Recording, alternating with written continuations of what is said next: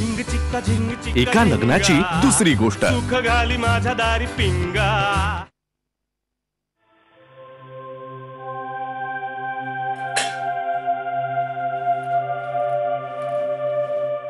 तू काय चहा केलास का काय आत्ता?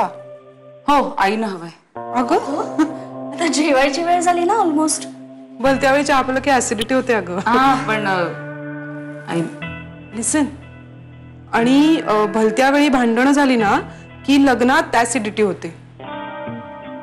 म्हणजे आम्हाला असं म्हणायचंय राधा की आम्ही जे तुला आतापर्यंत सांगत होतो ना की असा ताठपणा राहिला पाहिजे आपला, समोरच्याचं ऐकायचं नाही, पण असं नाही अगं। बऱ्याचदा ना आपल्याला पडतं घ्यावं लागतं अगं।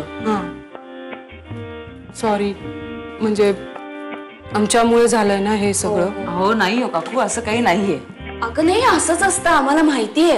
हे पुरुष लोक ना अगं असेच करतात, माहितीये का तुला? कधीही म्हणू शकतात ग माझ्या डोळ्यासमोर निघून जा वगैरे, नाही पण आपण नाही जायचं अगं। अजिबात नाही, तिथेच थांबायचं, थांबून राहायचं त्यांच्या नाकावर टिचून। आणि शांत राहायचं, आपण काही बोलायचं नाही, कारण काळ हा सगळ्या गोष्टींवर उत्तम उपाय असतो।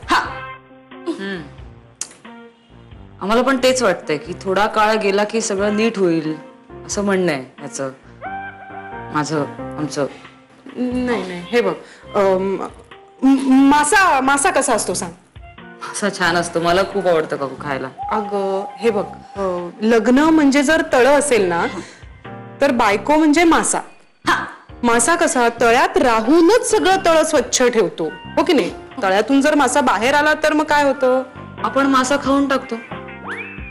म्हणजे मी मला आवडतं माशाचं कालवण। दादा ऐक ना, म्हणजे आम्हाला असं म्हणायचंय की लग्न ही एक सर्कस असते आणि आपल्याला ज्या काही कसरती करायच्या असतात ना त्या सगळ्या सर्कशीच्या तंबूच्या आत राहून करायच्या असतात। म्हणजे काहीही झालं ना तरी तंबूच्या बाहेर जायचं नाही।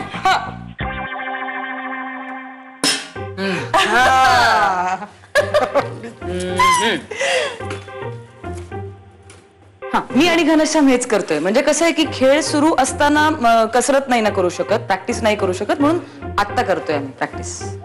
ए नाही नाही, हे बघ, ए ऐक, ती ना उदाहरणं वगैरे सगळी जाऊ देत ग आता। आमचं चुकलंय, आम्ही तू ना आमचे सल्ले असे बाई लिटरली नको घेत जाऊस। आम्ही उगाच तुझ्या मनात लग्नाविषयी भीती वगैरे निर्माण केली।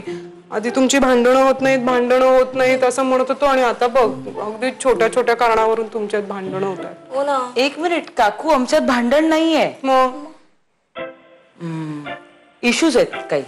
अगं आमच्यात तर मग केवढे इश्यूज आहेत ग, म्हणजे मला तर वाटतं रोजच माहेरी जावं लागेल। आणि आता नवीन लग्न झालंय ग तुमचं, तुझ्याकडे बघून घना सगळे इश्यूज विसरायला हवा खरं।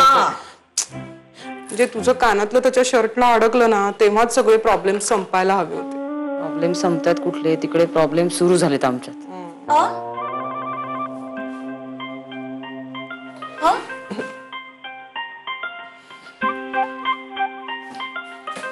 राधा, म्हणजे अगं आम्हाला असं म्हणायचंय की आमचं म्हणजे जे ऐकायला नाही पाहिजे ते तू सगळं ऐकतेस ग, मग आता जे ऐकायला पाहिजे ते तू प्लीज ऐकशील का? हो हो बोला, मी ऐकते। हे बघ, गुंते असतात ना ते नात्यात राहूनच सोडवायला लागतात। नात्यातून बाहेर पडून जर गुंते सोडवायला लागलीस ना तर ते नातच सुटत जातं ग हातातून।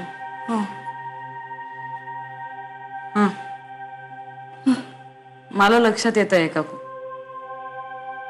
मी आले, चहा गार होतोय, आईनं चहा देऊन येते मी।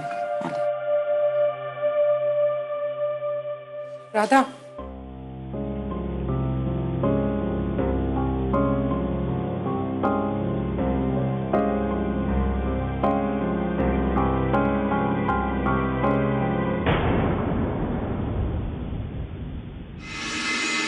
तुला सवय झाली माझी, मला त्रास होतो ह्याचा, कारण तू माझ्या समोर सतत आलीस ना की माझा कंट्रोल जातो स्वतःवरचा।